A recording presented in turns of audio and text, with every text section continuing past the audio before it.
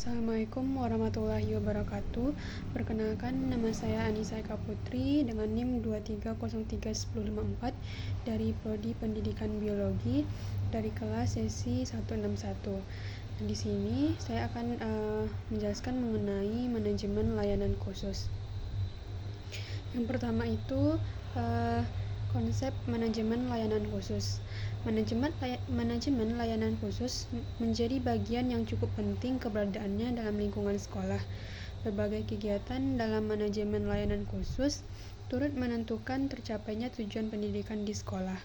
Manajemen layanan khusus mampu memfasilitasi serta memperlancar kegiatan pembelajaran serta memenuhi kebutuhan personil sekolah, terutama siswa. Selain itu, keberadaan manajemen layanan khusus mampu memberikan rasa aman pada seluruh personil sekolah. Berbagai kegiatan yang ada dalam manajemen layanan khusus yaitu perpustakaan sekolah, laboratorium sekolah, kafetaria sekolah, usaha kesehatan sekolah atau UKS, asrama sekolah, koperasi sekolah, dan transportasi sekolah. Yang kedua itu pentingnya manajemen layanan khusus. Manajemen layanan khusus di sekolah pada dasarnya dibuat untuk mempermudah atau memperlancar pembelajaran serta dapat memenuhi kebutuhan khusus siswa di sekolah. Pelayanan khusus diselenggarakan di sekolah dengan maksud untuk memperlancar pelaksanaan pengajaran dalam rangka pencapaian tujuan pendidikan di sekolah. Pendidikan di sekolah antara lain juga berusaha agar peserta didik senantiasa berada dalam keadaan baik. Baik di sini mengangkut aspek jasmani maupun rohani. Layanan khusus adalah suatu proses kegiatan memberikan pelayanan kebutuhan kepada peserta didik untuk menunjang kegiatan pembelajaran agar tujuan pendidikan bisa tercapai secara efisien dan efektif.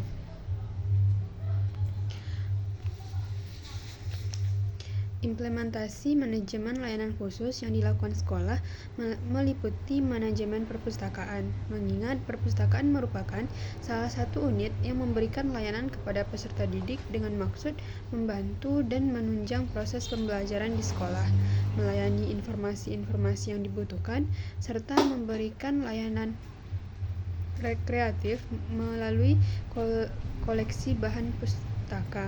Maka dari itu, perpustakaan tersebut perlu dikelola dengan baik agar dapat mengikuti perkembangan zaman. Selain manajemen perpustakaan, implementasi manajemen layanan khusus lainnya adalah layanan kesehatan di sekolah, yang biasanya dibentuk sebuah wadah bernama Usaha Kesehatan Sekolah atau UKS. Yang usaha kesehatan sekolah adalah usaha kesehatan masyarakat yang dijalankan sekolah.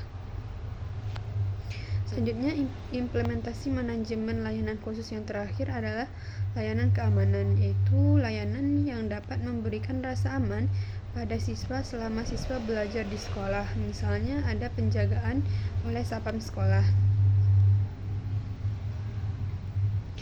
Yang ketiga itu jenis-jenis layanan khusus. Layanan khusus yang diberikan sekolah kepada peserta didik antar sekolah satu dengan sekolah lainnya pada umumnya sama, tetapi proses pengelolaan dan pemanfaatan yang berbeda. Di sini ada beberapa bentuk manajemen layanan khusus yang ada di sekolah. Yang pertama itu layanan perpustakaan. Perpustakaan merupakan salah satu unit yang memberikan layanan kepada peserta didik dengan maksud membantu dan menunjang proses pembelajaran di sekolah, melayani informasi-informasi yang dibutuhkan, serta memberi layanan rekreatif melalui koleksi bahan pustaka. Yang kedua itu layanan kesehatan peserta didik. Layanan kesehatan di sekolah biasanya dibentuk sebuah wadah bernama Usaha Kesehatan Sekolah atau UKS. Usaha kesehatan sekolah adalah usaha kesehatan masyarakat yang dijalankan sekolah.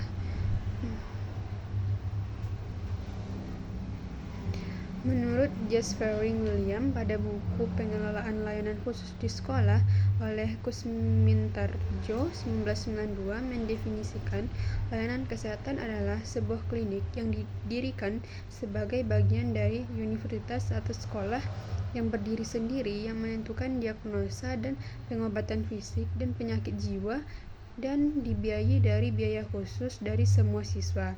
Selain itu, layanan kesehatan juga dapat diartikan sebagai usaha sekolah dalam rangka membantu murid-muridnya yang mengalami persoalan yang berkaitan dengan kesehatan. Yang ketiga itu adanya layanan asrama peserta didik. Bagi para peserta didik, khususnya jenjang pendidikan menengah dan pendidikan tinggi, terutama bagi mereka yang jauh dari orang tuanya, diperlukan asrama. Selain manfaat untuk peserta didik, asrama mempunyai manfaat bagi para pendidik dan petugas asrama tersebut. Yang keempat, layanan kafetaria peserta didik. Kantin atau warung sekolah diperlukan adanya di tiap sekolah supaya makanan yang dibeli peserta didik terjamin kebersihannya dan cukup mengandung gizi. Para guru diharapkan sekali-sekali mengontrol kantin sekolah dan berkonsultasi dengan pengelola kantin mengenai makanan yang bersih dan bergizi. Peran lain kantin sekolah yaitu supaya para peserta didik tidak berkeliaran mencari makan keluar lingkungan sekolah. Layanan kafetaria adalah layanan makanan dan minuman yang dibutuhkan oleh peserta didik di sela-sela mengikuti kegiatan belajar mengajar di sekolah sesuai dengan daya jangkau peserta didik. Makanan dan minuman yang tersedia di kafetaria tersebut terjangkau dilihat dari jumlah uang saku peserta didik, tetapi juga memenuhi syarat kebersihan dan cukup kandungan gizinya. Yang kelima itu layanan laboratorium peserta didik. Laboratorium diperlukan peserta didik apabila mereka akan mengadakan penelitian yang berkaitan dengan percobaan tentang suatu objek tertentu. Laboratorium adalah suatu tempat baik tertutup maupun terbuka yang diperlukan untuk melakukan penyelidikan, percobaan, praktek, pengujian, dan pengembangan. Laboratorium sekolah adalah sarana penunjang proses belajar mengajar baik tertutup maupun terbuka yang dipergunakan untuk melaksanakan praktikum, penyelidikan, percobaan, pengembangan, dan bahkan pembakuan. Yang keenam itu layanan koperasi peserta didik. Layanan koperasi mendidik para peserta didik untuk dapat berwirausaha. Hal ini sangat membantu peserta didik di kehidupan yang akan datang. Koperasi sekolah adalah koperasi yang dikembangkan di sekolah, baik sekolah dasar, menengah maupun sekolah dalam pengelolaannya melibatkan guru dan personal sekolah. Sedangkan koperasi peserta didik atau biasa disebut koperasi siswa atau KOPSIS adalah koperasi yang ada di sekolah tapi pengelolaannya adalah oleh peserta didik. Kedudukan guru di dalam KOPSIS adalah sebagai pembimbing saja. Yang terakhir itu adanya layanan keamanan.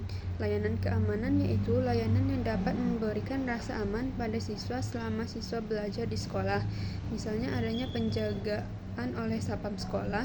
Dengan adanya petugas keamanan sekolah dapat membantu suasana aman dan tertib di sekolah sehingga dapat membantu proses kelancaran pembelajaran dan skala aktivitas sekolah.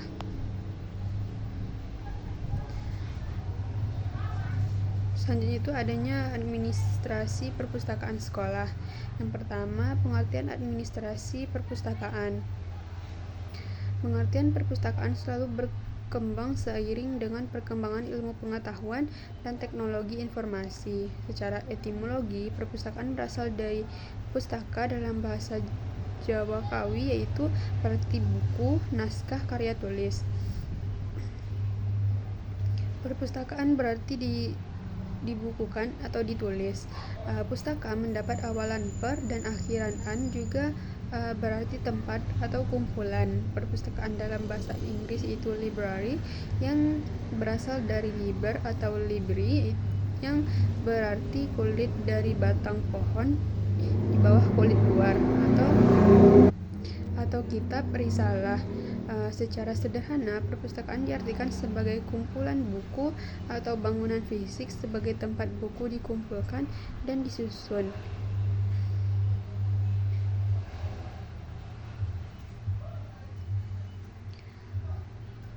Yang kedua ada fungsi perpustakaan. Peter Platt dalam Librarian College of Education mengatakan bahwa fungsi perpustakaan adalah yang pertama, menyediakan buku-buku, majalah, dan bahan-bahan lain yang diperlukan oleh para siswa atau mahasiswa untuk kegiatan belajarnya. Yang kedua itu menyediakan bahan-bahan penunjang dalam pengajaran dan penelitian oleh staf pengajar untuk mata pelajaran yang diajarkan. Yang ketiga itu memenuhi keperluan yang lebih khusus yang disebabkan oleh kekhususan suatu perguruan tinggi. Yang selanjutnya itu menyediakan bahan-bahan bacaan seperti buku dan majalah, tidak saja dipakai dalam kelas atau textbook, tetapi juga bahan-bahan lainnya yang lebih luas sifatnya, serta bahan-bahan untuk mengembangkan hobi dan bahan-bahan hiburan. Selanjutnya itu membantu mahasiswa berkenalan dengan literatur anak-anak, alat-alat pandang dengan serta memberikan pengarahan dalam pengembangan suatu perpustakaan sekolah. Selanjutnya membantu mahasiswa untuk keperluannya sehari-hari akan informasi tentang daerah, statistik, dan alamat-alamat, serta tempat bahan-bahan yang akan mereka perlukan dalam praktik yang tersedia di perpustakaan-perpustakaan lainnya di daerahnya. Ini bertindak sebagai penghubung dengan perpustakaan lain, terus kemudian menyediakan kesempatan bagi mahasiswa untuk berlatih mengembangkan buku-buku dan perpustakaan sebagai modal pertama bagi mereka yang akan melaksanakan tugas-tugas di sekolah nanti. Dan yang terakhir itu membuat buku pedoman perpustakaan, daftar-daftar penambahan buku, daftar bacaan untuk mata kuliah tertentu. Selanjutnya itu ada manajemen perpustakaan sekolah, yang dimana perpustakaan sebagai sumber belajar akan memiliki kerja yang baik apabila dimanajemen secara baik. Dengan manajemen yang baik, perpustakaan akan berfungsi secara optimal sesuai tujuan yang diharapkan. Yang pertama itu adanya pengadaan, yang kedua adanya penerimaan dan penyusunan buku koleksi perpustakaan. Yang selanjutnya ada personalia perpustakaan. Yang keempat itu ada pelayanan perpustakaan sekolah.